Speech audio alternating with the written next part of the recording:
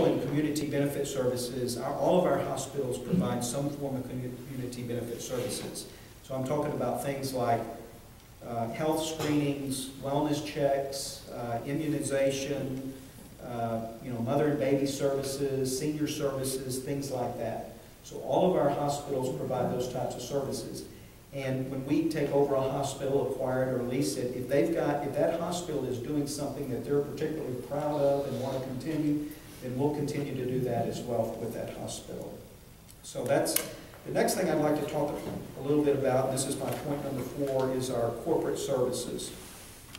So, as our company has developed, really since 1996, since we've grown from 35 hospitals to 135 hospitals, we have developed a core set of resources, corporate resources, if you will, that we use to support our hospitals. And we have experts in every single department and function and core process that you can imagine across a hospital and across a physician practice, an ASC, an imaging center, whatever it is.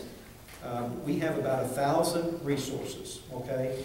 And I was a consultant for many years, and so I'm used to this schedule of, on Monday morning you go into the office, and then you hit the road Monday afternoon, and you're back in on Friday afternoon. That's kind of what our corporate resources look like. They're in the office Monday morning, and then they go out to the field to help our hospitals, throughout the week, and then they come back into the office on Friday.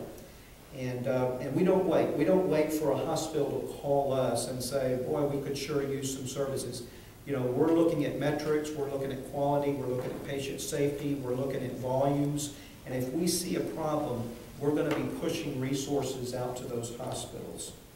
Another benefit of an organization like ours is you get the benefit of our size and scale. So, for example, we're a member of a group purchasing organization called Health Group Purchasing Trust, or HPG. I don't know if I got that quite. The acronym is HPG, and so we're part of the group. The difference is we're a 17.5% equity owner in our own group purchasing organization. So our interests and the GPO's interests are very much aligned. And a lot of the other organizations are part of the GPO, but they're not an equity owner in the GPO. And we purchase about $1.8 billion worth of supplies every year. So, over the last 16 years or so, we have acquired approximately 60 hospitals, and in every case, we have been able to demonstrate to ourselves that we have been able to save money on our supply purchases through the use of our GPO. Let me give you another example, too. Benefit of our size and scale. We purchase benefits for 90,000 employees. Okay? Also, when we go purchase insurance and things like that, our size and scale really matters. And every time we can take a point, 1 percentage point and improve the operating margin, that's more money that we can invest back into the hospital. Managed care. Just so that you understand what we're dealing with here, we have over 5,000 managed care contracts, and we contract with over 1,500 different organizations. We know how to contract in a risk-based and value-based payment environment, and we're very skillful at that. So, those are the types of benefits that we're going to bring to your hospital. Okay, let me talk a bit about quality. And I want to start first by, letting you know that all of our hospitals are accredited by the Joint Commission, all 135 hospitals. I realize some of you may know what that is and some of you may not. The Joint Commission is a nonprofit organization, and it's one of a handful of organizations that accredit healthcare providers. The Joint Commission happens to be the largest accreditor of hospitals. In fact, they accredit over 20,000 different organizations, from hospitals to laboratories, to imaging centers, to ASC, ambulatory surgery centers, and so on and so forth. In September of 2012, the Joint Commission released a report, and it's on their website, and it named the top hospitals in clinical core measures. And the list ended up being 620 hospitals, okay, that they said these are the top hospitals for quality in healthcare, 620 hospitals. They said these 620 hospitals represent the top 18% of hospitals in this country that submit data to the Joint Commission.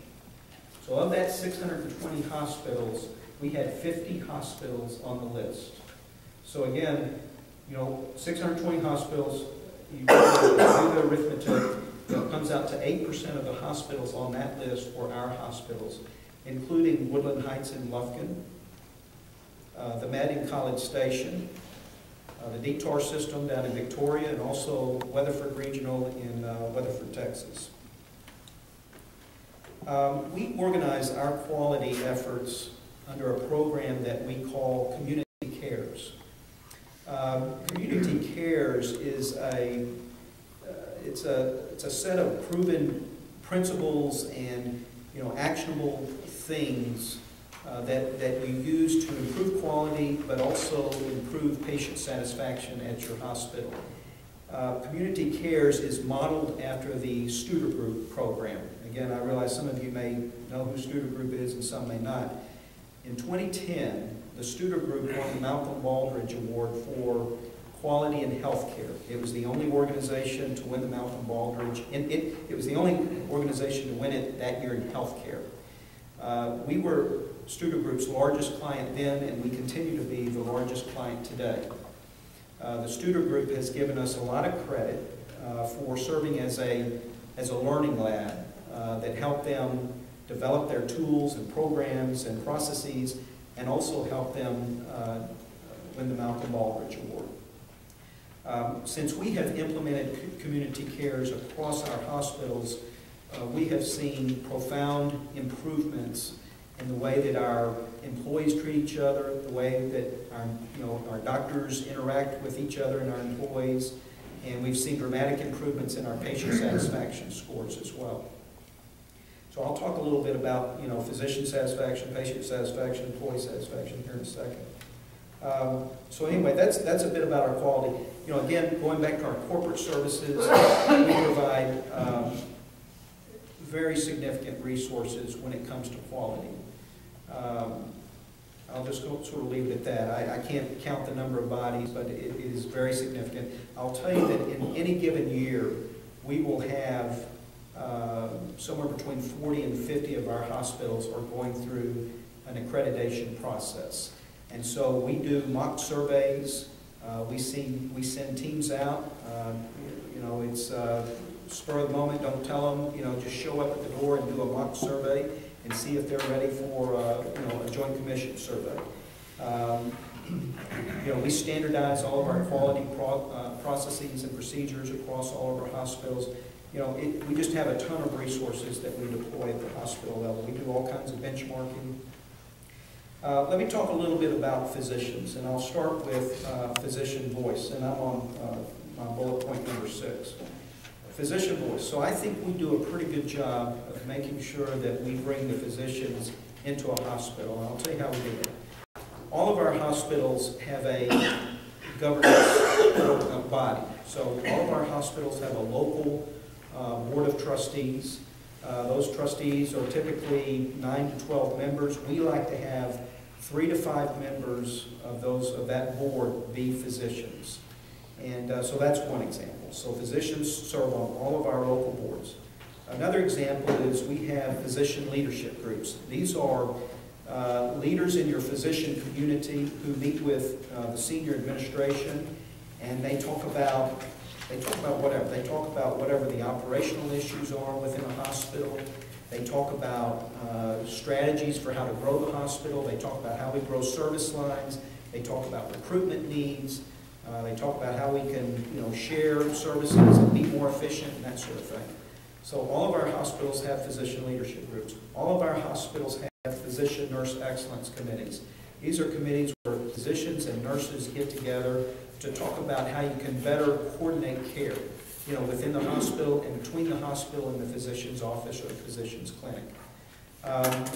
We have special committees that we have formed sort of at a corporate level where we invite physicians to be part of it, to look at things like hospitalist services or ER services, or some of your other hospital-based programs like anesthesiology, all in an attempt to identify best practices within our hospitals, and then to leverage those best practices across our entire network of 135.